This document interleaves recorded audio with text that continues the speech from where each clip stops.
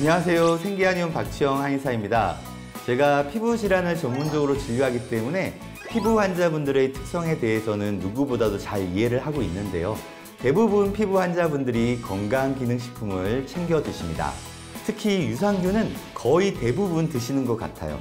유산균이나 프로바이오틱스를 드시지 않는 환자분들을 찾기가 어려울 정도로 많이들 드시는 것 같습니다. 유산균은 우리 인체 구석구석에서 인간과 공생하고 있는 균들을 의미합니다. 구강을 비롯해 소화기, 호흡기, 그리고 점막과 피부 곳곳에서 인체 세포와 공존하고 있습니다. 특히 소화기라고 부르는 위장관 장내 미생물의 상태가 면역과 매우 밀접하게 연결된다는 것이 과학적으로 증명되고 있습니다. 그래서 장관 면역이라고 부르기도 하는 거죠. 그렇다면 구체적으로 어떤 연관이 있는지 한번 살펴보도록 하겠습니다.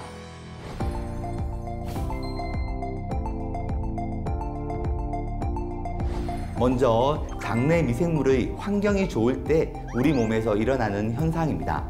그림을 보시면 뇌를 비롯해서 간신비폐신이라고 부르는 오장육부 대부분이 연결되어 있습니다. 당연히 피부도 빠지면 섭섭하겠죠. 그리고 여성의 경우에는 자궁과도 연결되고 있습니다. 그래서 질유산균이라는 제품도 나오고 있는 거죠. 이 그림을 보시면 장내 미생물과 연관이 없는 부분을 찾는 것이 어려울 정도로 느껴집니다. 제가 이전에 다른 영상에서 장내 피부축, 겉브레인 스킨 액시스라고 한번 소개해 드린 적이 있는데요. 그만큼 피부 환자들께는 중요한 개념이라고 강조드리고 싶습니다. 장내 미생물의 유익한 효과는 음식물을 소화 흡수하는 과정에서 발생하는 화학작용과 그 부산물로 인해서 나타나게 되는데요. 이러한 활동이 장 점막에서 일어나게 됩니다. 그리고 이런 장내 미생물들의 활동은 장벽뿐만 아니라 전신에까지 미치게 됩니다. 장내 미생물은 음식물을 소화하는 과정에서 비타민과 항산화 물질을 비롯해 우리 몸의 면역을 개선하는 단쇄지방산과 같은 물질을 합성하고 생산합니다. 이 외에도 여러 가지 부산물들을 통해서 장벽과 전신에까지 영향을 미치게 되는 거죠. 그리고 다음 그림은 장내 미생물의 상태가 좋지 않을 때 우리 몸에서 나타날 수 있는 질환에 대한 그림입니다. 장내 미생물의 상태가 좋지 않을 때에도 매우 다양한 질환과 연결되어 있습니다. 위장관과 직접적으로 관련되어 있는 장질환이나 위궤양은 물론이고 비만, 당뇨, 간질환, 혈관질환, 암과 우울증, 치매까지도 장내 미생물과 연관되어 있다는 것이 연구를 통해 밝혀지고 있습니다. 우리가 소화가 잘 안 될 때 체기가 있다는 표현을 사용합니다. 만성 체기로 고생하고 있는 분들도 참 많으시죠? 그런데 이 체기를 그저 단순한 소화기 질환으로 여겨서는 절대 안 된다고 강조드리고 싶습니다. 장내 미생물의 상태가 좋지 않을 때 나타나는 신호가 바로 체기인 겁니다. 그래서 체기가 발생하는 것을 가볍게 여기지 마시고 인체 전반적인 면역과 관련된 신호로 받아들이셔야 하겠습니다. 장내 미생물 중에는 우리 몸에 유익한 역할을 하는 유익균이 있지만 상황에 따라서는 문제를 일으키기도 했다가 일으키지 않기도 하는 균들이 있습니다.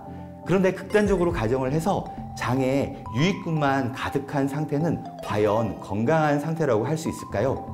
아직까지 어떠한 존재 방식이 장내 미생물이 가장 좋다라고 하는 정보는 밝혀지지 않았습니다. 그 이유는 장내 미생물의 환경이 너무나 다양하기 때문입니다.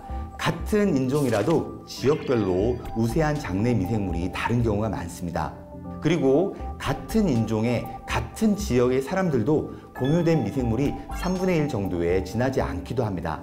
그만큼 다양하다는 것으로 이해할 수 있겠습니다.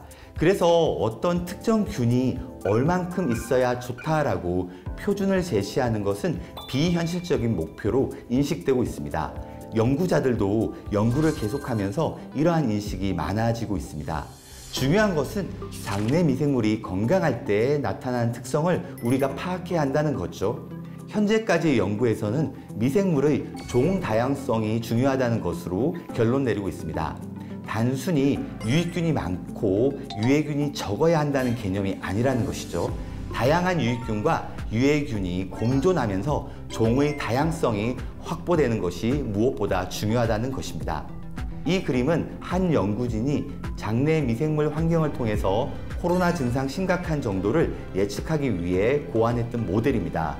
이 모델로 79% 이상 코로나 감염 증상의 정도를 예측했다고 합니다. 종 다양성이 떨어지고 유익균의 비율이 적을수록 감염 증상이 심했던 것이죠. 오늘 영상에서는 장내 미생물에 대해서 설명을 드렸습니다. 제 개인적으로 무척 관심이 많은 주제라서 영상을 준비해봤는데요. 오늘 영상이 많은 분들께 도움이 되었으면 좋겠습니다. 장내 미생물을 건강하게 하기 위해서는 한식이 가장 좋습니다. 밥과 나물 반찬, 그리고 담백하면서 따뜻한 국을 잘 챙겨 드시는 것이 가장 중요합니다. 특별한 비법이나 건강기능식품이 있는 것이 아니죠. 영상을 보시고 궁금하신 점은 댓글로 남겨주시면 답변 드리겠습니다. 시청해 주셔서 감사합니다.